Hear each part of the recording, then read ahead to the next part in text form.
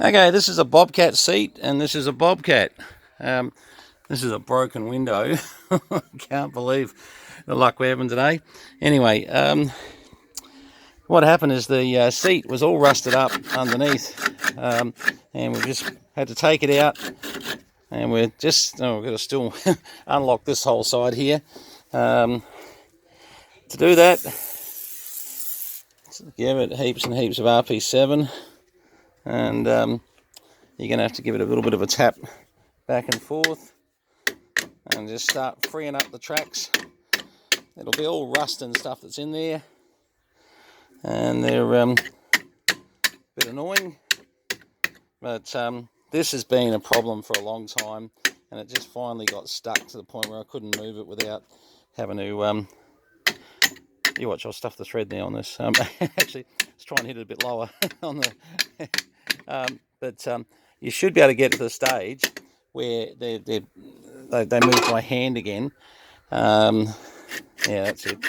That's better. And they have a little locking mechanism here, which all you do is just jam a screwdriver in while you're trying to free it up. Then once it's freed up, the idea is that, oh, there you go, it just clips back into place and clips back out like so. Hang on, I'm just going to get that screwdriver back in there. But you really do want to free these things up, because they just get full of rust. Because of course, I'm just going to get full of more rust with that window broken now. Unbelievable. Some days you just wake up and you think, should have stayed in bed. But anyway, we'll sort out another window for it. We've got to do the front window on this as well, on the door at some stage. So, but yeah, just free them up. Usual way, by the way, to access the Bobcat seat. Two little bolts just in there. You take the two nuts off, just in the corners there. You then just lift up the whole front of this. So basically the front of the Bobcat comes up like so. Hang on.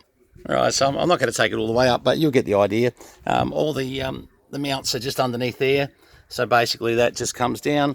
Just remember, when you've got it locked up, you've got on the side there, you've got your little lever to let it go and to put it back into place. So basically we'll free these up, and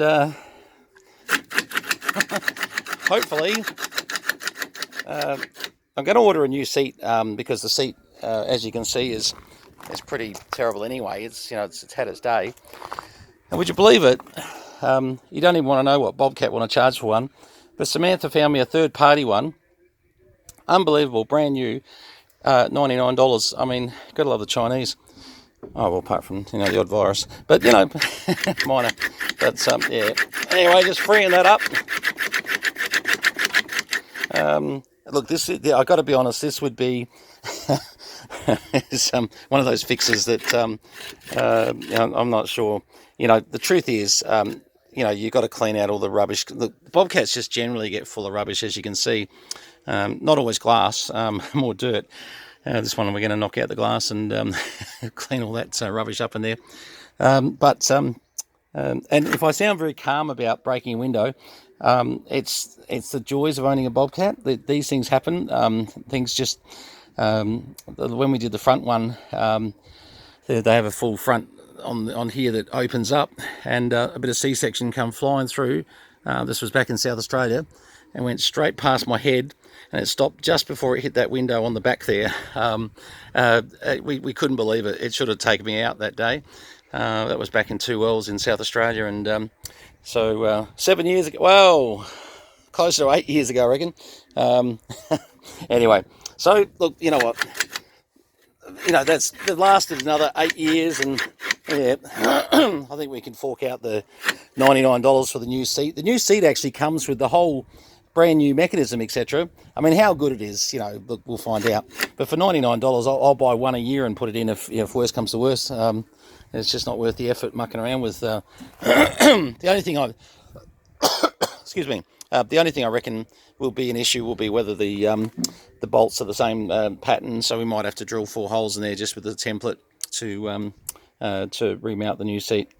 But all right, we're going to put this back together. It's working again. for a while. I'm just sliding it around. Anyway, what a lot of mucking around. I don't normally get up this early. I got up early because I thought we've got to move a whole lot of steel with some scrap. People are coming today. And I thought, oh, I'll go and move a bit of it to give them a hand with the Bobcat. The first thing I get in the Bobcat, I go, I can't fit in the Bobcat. And my mate Dave used it the day before, and he's a bit shorter than me, but it's not his fault. You know, like he needs to adjust it to, you know, suit his height. And I rang Dave and I said, is there any trick to getting the seat forward? Because I, to be honest, I don't think we've moved it before. And he sort of went, And I went, Anyway, but in the end, no, it was never going to move without being sprayed and freed up and hit with a hammer a few times. Even with my weight on top of it, trying to force it back and forth, it was just locking up.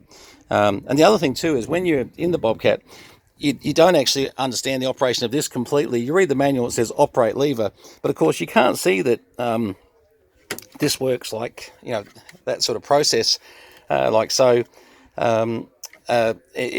So in actual fact, you actually pull the lever up, you know, which is pretty much like with any other, you know, sort of seat in any car. So it's, you know, should have been common sense. But every time we pulled it up, we just sat there going, well, nothing's moving.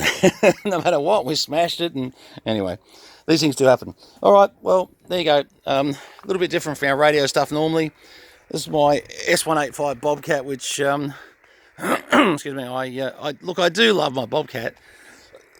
Excuse me, I love it when it's working. Don't mind me, it's not COVID-19. I've just got a bit of a sore throat today, so, and I really, I'm just trying to sort of sweat it out a bit, but definitely not COVID-19, guys. We live in the middle of nowhere.